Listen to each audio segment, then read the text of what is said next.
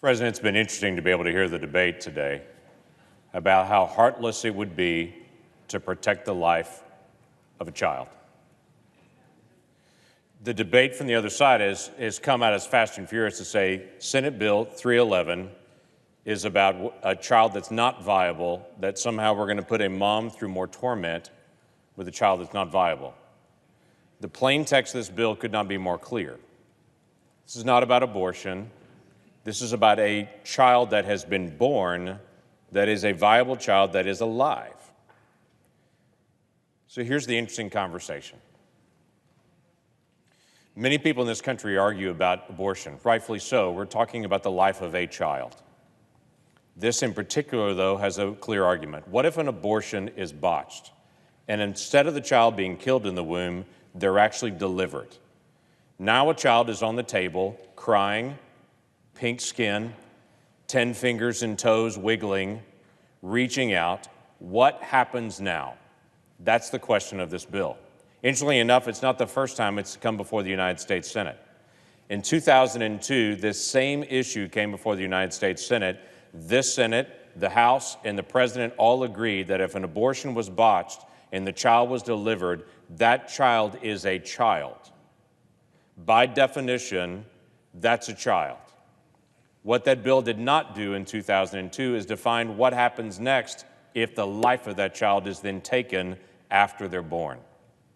This wouldn't be an issue because it's clearly defined in law, except for a few weeks ago, the governor of Virginia made a public statement saying that we need to be able to have a law that we can deliver a child, make it comfortable, and then decide what to do with that baby. Suddenly this becomes a national conversation because we thought this was a resolved issue in 2002, but it's not.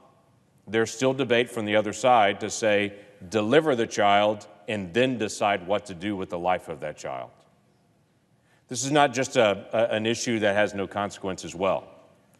After that bill was passed in 2002, the CDC started analyzing birth certificates to determine if this happens and how often it happens. It doesn't happen often, but the CDC in a few number of states that they gathered information from determined there were 143 babies that were born alive after an attempted abortion that then died, with no record of then how it happened. Just in the state of Arizona, just in 5 months in 2017, reported that 10 babies were born alive after an attempted abortion attempt.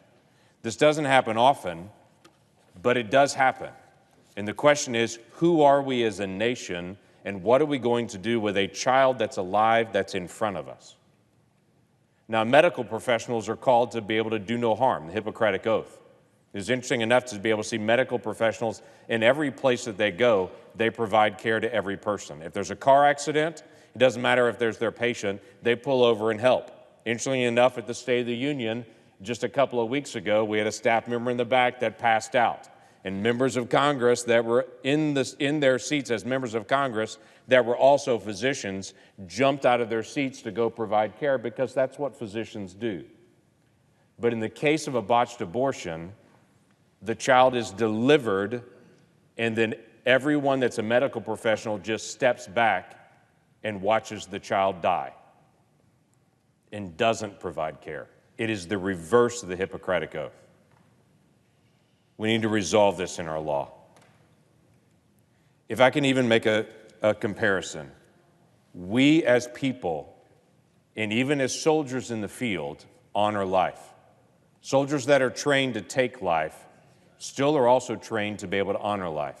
Article 12 of the Geneva Convention, which we support, says this: members of the armed forces and other persons who are wounded or sick shall be respected, protected in all circumstances. Literally, if you're in the fight of your life on the field as our armed forces and you run across a wounded individual in that fight from the other side, we give care to that person, even though they're our enemy on the battlefield. But in an abortion clinic, that child is not given the same care that we're demanded to give on the battlefield. Now, this is a fascinating dialogue that I've had with a lot of my colleagues. For a lot of my colleagues that are pro-abortion, that they don't see that as a life, I'll often have this simple question. When is a life a life? What is your red line? I think that's a fair conversation. For myself, it's conception. When that child is conceived and they're developing, they have unique DNA, that's a different person. For others, they'll say when the child is viable. For others, they'll say when the child is born. I just asked the simple question, when the child is born, is that a child? Is your red line birth? This bill affirms that. When a child is born, we should at least acknowledge that as a person. I'm a dad who has cut the umbilical cord of a child before, of my own daughter. I'd be terrified to say that child is not a child until I, as a dad, cut the cord, that I could take that life at any moment before that. That's not who we are as Americans. Let's pass this. Let's protect living children. And with that, I yield the floor.